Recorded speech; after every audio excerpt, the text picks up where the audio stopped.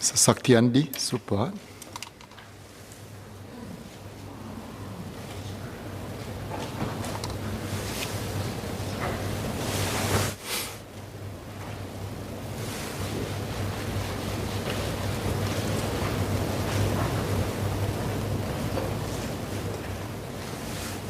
Mr. Speaker, sir, the concept of borrowing, taking on debt, may have a negative connotation. This is especially so in Singapore, where our government is known for its long-running commitment to prudence.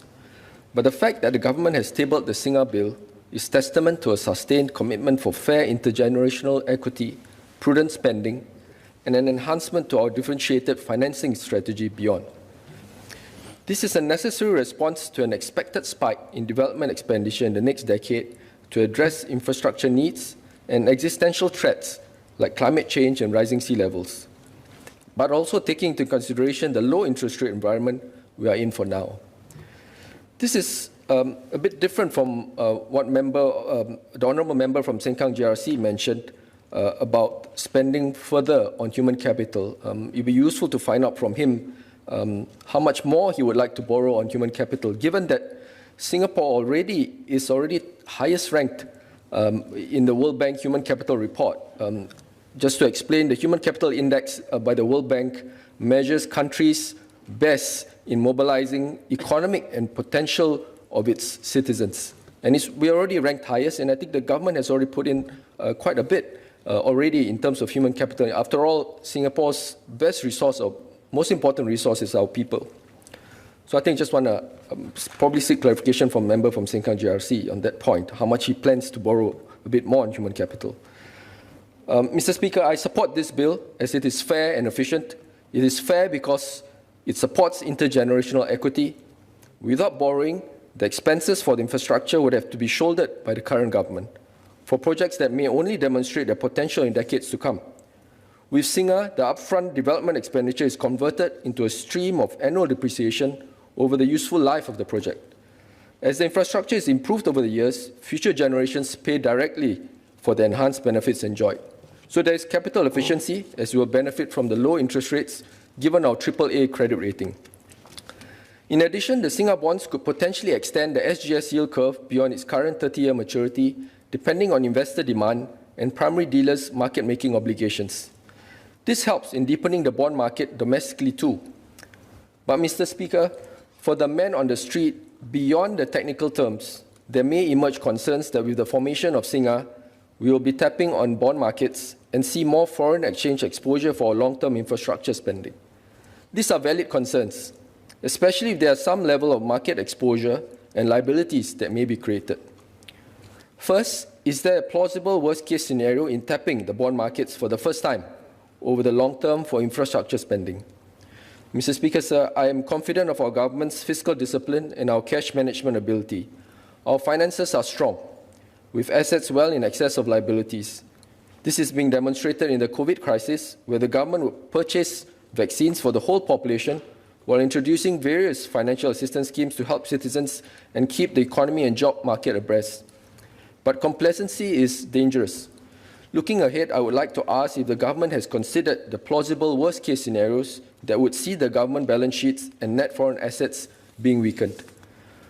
What if our capital efficiency advantage weakens as the global interest rates rise sharply? And I think DPM explained it very clearly and in detailed form in his speech earlier, talking about the 5.5% effective yield to maturity rates. But my question is, has MOF and other economic policy agencies such as MES done counterfactual simulations using market shock variables? And what are the risks going forward? The bill has also importantly spelled out crystal clear clauses for safeguards. There will be a gross borrowing limit of 90 billion. The government cannot raise more than this amount in loans under Singa without legislative amendments. There's also an annual interest rate threshold of $5 billion. These measures will ensure that future generations will not end up with burdensome financing costs. But may I ask the Minister if our debt servicing costs will be funded by our annual budget and met from our overall revenue?